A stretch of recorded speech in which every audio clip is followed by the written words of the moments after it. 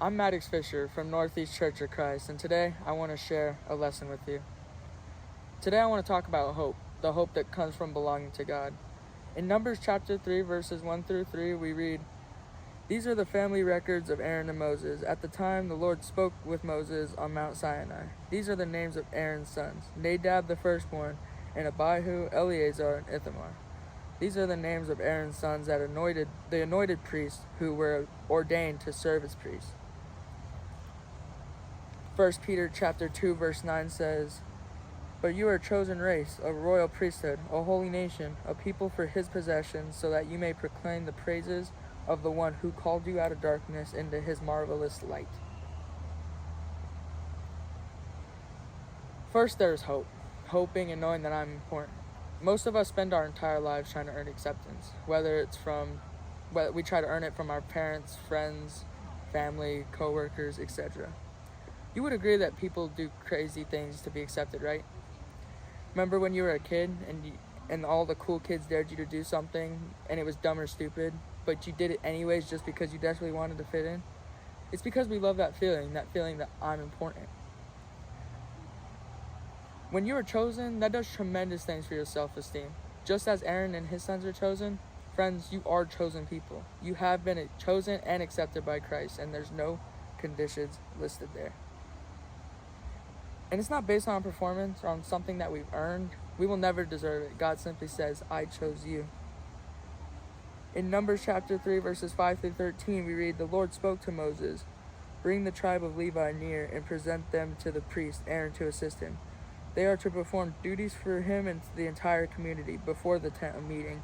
By attending to the service of meeting or of the tabernacle, they are to take care of all the furnishings of the tent of meeting and perform duties for the Israelites by attending to the service of the tabernacle. Assign the Levites to Aaron and his sons. They have to be assigned exclusively to him. From the Israelites, you are to appoint Aaron and his sons to carry out their priestly responsibilities. But any unauthorized person who comes near the sanctuary is to be put to death.' The Lord spoke to Moses, 'See, I have taken the Levites from the Israelites in place of every firstborn Israelite from the womb. The Levites belong to me because every firstborn belongs to me. At the time, I struck down every firstborn in the land of Egypt. I consecrated every firstborn in Israel to myself, both man and animal. They are mine. I am the Lord.'" Again, 1 Peter chapter 2, verse 9, we read, "But you are a chosen race, a royal priesthood, a holy nation, a people belonging to God, that you may proclaim the praises of the one who called you out of darkness into his marvelous light." And second, today, there is hope in knowing that I'm worth something. Our text not only says are we important, but we are worth something. How much do you think you're worth? Now, I'm not talking about your self-worth. I'm not talking about your net worth. I'm talking about your self-worth. Don't ever confuse your valuables with your value as a person. You can be rich or poor, but it has nothing to do with your value as a person. Now, what determines value in life? Well, one, it depends on what somebody is willing to pay for something, and two, it depends on who has owned it in the past. Based on these two things, ask yourself, who owns me and what was paid for me? We've been bought and paid for by Christ. Just like the Levites, we belong to him. How much are we worth? Jesus paid for us with his life. He bought us back from the devil. God exchanged his only son for us. We must be very valuable.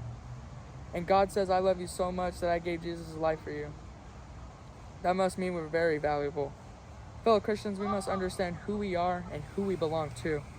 On our own, we are worthless. But through Jesus Christ, we are important and worth something. Are you one of God's people? If you are, you have no excuses. God has equipped us all for who he has called us to be and to become. We are God's children. It's time we start acting like it. If you would like more information, or if you'd like to participate in our Bible studies and worship services, we would love to have you come join us at the Northeast Church of Christ in Albuquerque, New Mexico.